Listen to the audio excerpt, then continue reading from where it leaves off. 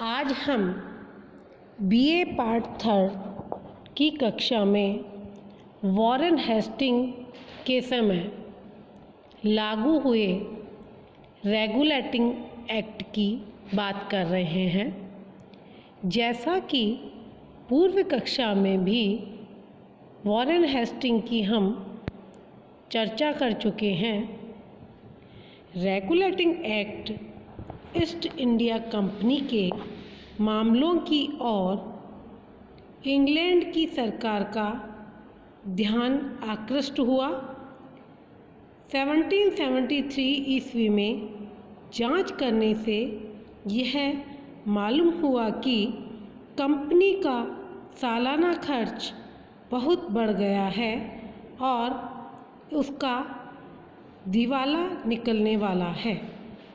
उसके संचालकों ने सरकार से कहा कि यदि कंपनी को कर्ज नहीं मिलेगा तो उसके लिए भारत में अपना कारोबार चलाना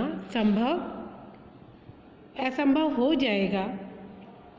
बहुत वाद विवाद के बाद 1773 में 2 कानून पास किए गए। पहले कानून से कंपनी की कुछ शर्तों पर 4 प्रति सैकड़ा ब्याज पर 14 लाख पाउंड का कर्ज मिला। दूसरे कानून का नाम रेगुलेटिंग एक्ट था।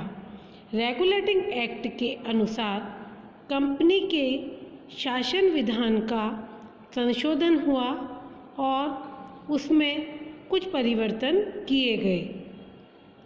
कंपनी के मामलों पर इंग्लैंड की सरकार का नियंत्रण रखा गया। रेगुलेटिंग एक्ट की निम्नलिखित बातें थी। बंगाल का गवर्नर भारत का गवर्नर जनरल बना दिया गया और उसका कार्यकाल 5 वर्ष नियत किया गया। भारत के सारे सूबों पर उसका अधिकार स्थापित कर दिया गया। उसकी सहायता के लिए 4 मेंबरों की एक काउंसिल बनाई गई, परंतु मतभेद होने पर गवर्नर जनरल को काउंसिल की राय रद्द करने का अधिकार नहीं दिया गया। गवर्नर जनरल को मद्रास और बम्बई हाथों की विदेश नीति पर नियंत्रण रखने का अधिकार मिला।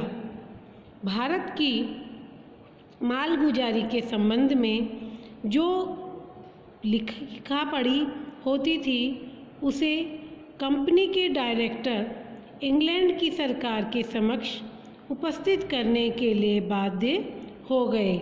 साथ ही यह भी नियम हुआ कि फौजी अथवा व्यापारिक मामलों के संबंध में कंपनी जो कुछ कार्रवाई करे उसकी सूचना इंग्लैंड सरकार को दे।